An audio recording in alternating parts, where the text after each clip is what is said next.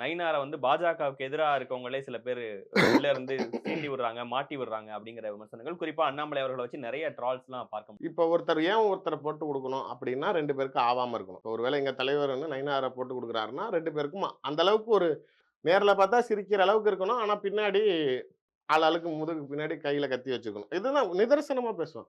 அப்படி இருக்கிறப்ப, இவ்வளோ ஒரு கான்ஃபிடென்ஷியலா இங்க ஒரு பணத்தா அவர் எங்கேயுமே யாருக்குமே தெரியக்கூடாது. இங்க இருக்கிற அதிகாரிகளுக்கே தெரியக்கூடாதுன்னு, ஒரு பேசஞ்சர் மாரி ஒரு 3 பேர் பேக்ல ட்ரெயின்ல போட்டு எடுத்துட்டு வர விஷயம், நாளைக்கு எங்க தலைவருக்கு எப்படி தெரியும்? அப்ப நாளைக்கு உளவுத்துறை தூங்குகிறதா? தேர்தல் ஆணையம் தூங்குகிறதா? தமிழ்நாடு காவல்துறை தூங்குதா? இவங்களுக்கெல்லாம் தெரியாத அவருக்கு தெரிய வந்து, அவரு நாளைக்கு இங்க கூப்பிட்டு சொல்றாருங்கிறதுல ஏதாவது பேசிக்கா ஒரு இது இருக்குங்களா? யார் இந்த ஃபர்ஸ்ட் இந்த ட்வீட் போட்டு கெளப்பி விட்டான்னு தெரியும்.